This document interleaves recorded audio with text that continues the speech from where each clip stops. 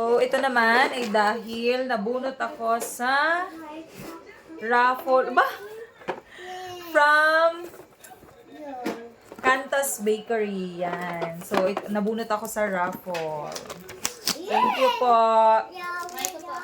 Teka lang. So, raffle.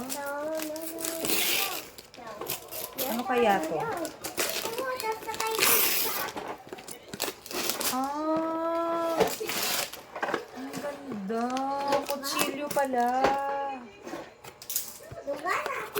Ay, hindi pala. Ang ganda. Shaving, pang-balat. Chopper. Pati pang-balat. Oh. May pan-cheese, oh. Thank you po, Cantos Bakery. Pero bukod dito, may gift sila sa akin ng personal.